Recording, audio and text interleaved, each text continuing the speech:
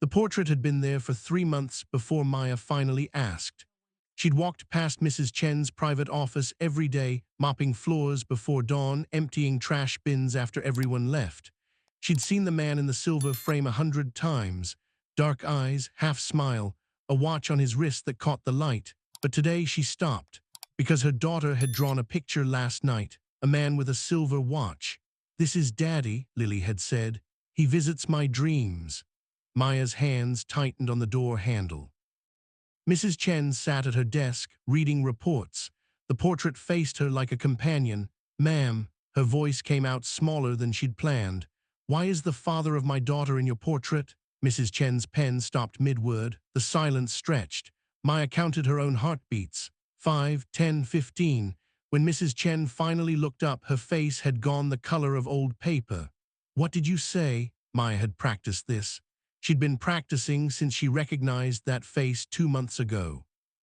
Since she'd spent nights searching her phone for the one blurry photo she had from 7 years ago, comparing it to the portrait she'd memorized from stolen glances.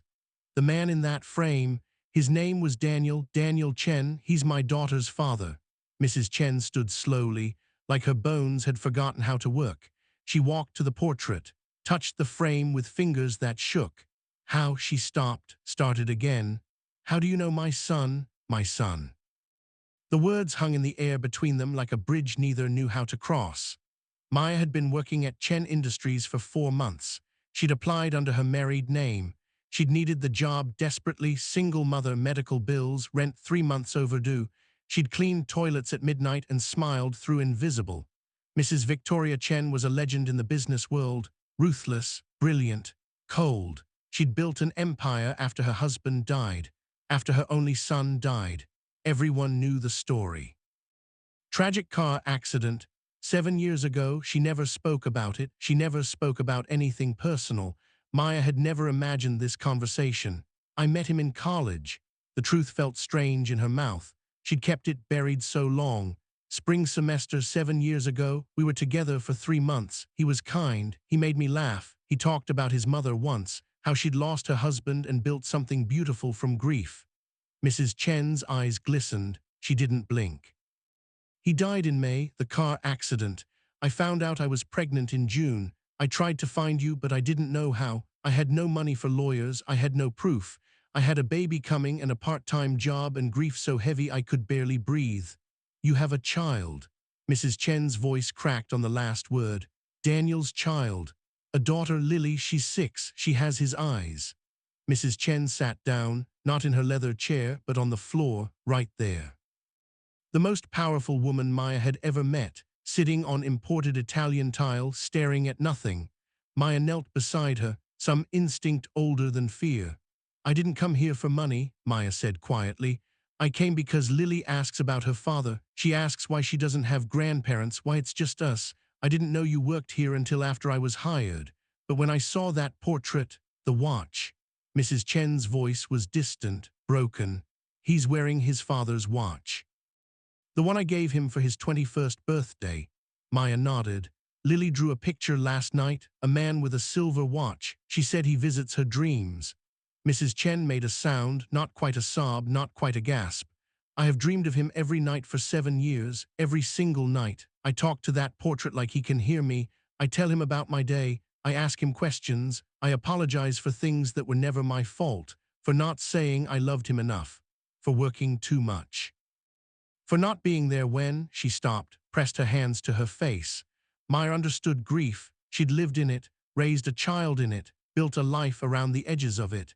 "He knew you loved him," Maya said. "He told me. He said his mother was the strongest person he'd ever known, that she taught him strength looks like showing up when everything hurts."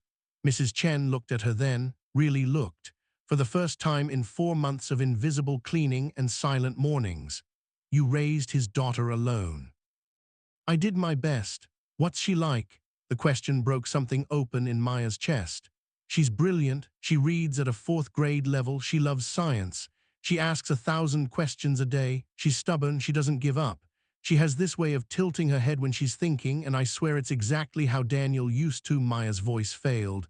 Mrs. Chen reached out, took Maya's hand. Her grip was strong, desperate. "I have a grandchild." She said it like testing a foreign language. I have a granddaughter. You do. Does she know about me? She knows her daddy had a mother. She knows her grandmother is out there somewhere. She asks about you. I told her I'd find you someday. Mrs. Chen stood, pulled Maya up with her, walked to her desk and opened a drawer. Inside were photographs, dozens of them, Daniel as a baby, as a boy, graduating high school, college. The last one showed him wearing that silver watch, laughing at something off camera. I want to meet her. It wasn't a request. It wasn't a demand. It was something between hope and prayer. Please, I want to meet my granddaughter. Maya had imagined this moment 100 different ways. She'd feared anger, accusations, lawyers. She'd feared being erased again, invisible again. She'd never imagined this. Raw humanity, shared grief, a grandmother's desperate love for a child she'd never known existed. She'd like that. Maya's voice shook. She'd like that very much. Whenever you want. Mrs. Chen nodded, wiped her eyes with the back of her hand, a gesture so simple and human it erased 4 months of distance. Maya, she said the name carefully, like practicing. Your name is Maya. I've seen it on paperwork. I never looked at you. I'm sorry. You didn't know. I should have seen you, really seen you. You're the mother of my grandchild. You've been keeping my son alive all this time, through her. Maya pulled out her phone. Her hands trembled as she opened photos. Lily's school picture. Lily at the park, Lily holding a science fair trophy, Lily asleep with a book on her chest. Mrs. Chen took the phone, stared at the screen, touched it like touching something holy. She has his smile. Tears ran down her face. She didn't wipe them. Oh God, she has his smile. She has his stubbornness too, and his kindness. Last week she spent her allowance on food for a homeless man, sat with him and asked about his life. Mrs. Chen laughed. It sounded rusty, unused, beautiful. Daniel did that. He saw people, really saw them. I was so busy building empires and he was busy building kindness. She handed the phone back, looked at the portrait. I talked to him every morning. For 7 years I've talked to a photograph, told him I'm sorry, asked him to forgive me for not being enough. You were enough, Maya said. He loved you. He told me his biggest fear was disappointing you. His biggest pride was being your son. Mrs. Chen's face crumpled. Maya caught her, held her. The CEO and the cleaning woman, the grandmother and the mother. 2 women who'd loved the same man in different ways. 2 women who'd survived grief alone. Bring her tomorrow, Mrs. Chen whispered. Please bring Lily tomorrow, not here, somewhere she'd enjoy, the park, anywhere, just I need to meet her, I need to see him alive again. Tomorrow after her school, 3 o'clock. There's a park near our apartment, she loves the swings. Mrs. Chen pulled back, looked at Maya like memorizing her face. Thank you for raising her, for loving my son, for finding me. Thank you for being someone worth finding. The next afternoon, Maya watched from a bench as Mrs. Victoria Chen pushed her granddaughter on a swing. Lily's laughter rang across the playground. Mrs. Chen's face held wonder. Later, Maya would learn that Mrs. Chen had a photo of Lily printed and framed. It sat beside Daniel's portrait. Later still, she'd learned that Mrs. Chen had changed her will. Not for money, though Lily's college fund appeared like magic, but for legacy. To my granddaughter, Lily Chen, I leave my son's watch and my love.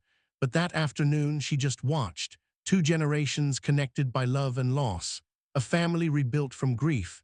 Mrs. Chen knelt down, eye level with Lily, showed her a photo of Daniel. This was your daddy. He would have loved you so much. Lily studied the photo, touched the watch in the image. He visits my dreams. He wears that watch. He tells me Grandma is looking for me. Mrs. Chen gathered the child close. Her shoulders shook. Maya heard her whisper, I found you, sweetheart, I found you. 3 months later, the portrait hung in Mrs. Chen's living room, not hidden in an office. Beside it, a child's drawing, a woman pushing a girl on a swing. The word Grandma written in crayon at the top. Maya had stopped calling her ma'am. Now it was Victoria. When Lily asked what to call her grandmother, Victoria had cried and said, whatever makes you happy. Lily chose Nana.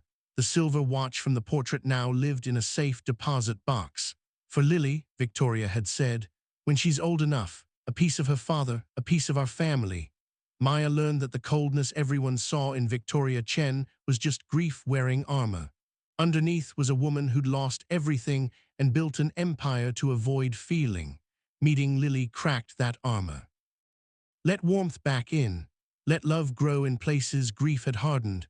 Sometimes family doesn't look like you expect. Sometimes it appears in a portrait, in a question asked after months of silence, in a child who dreams of a father she never met and a grandmother who never stopped looking. The father in the portrait brought them all together. The love he'd left behind became the foundation they built on. And grief, which had isolated them both, became the bridge that connected them forever.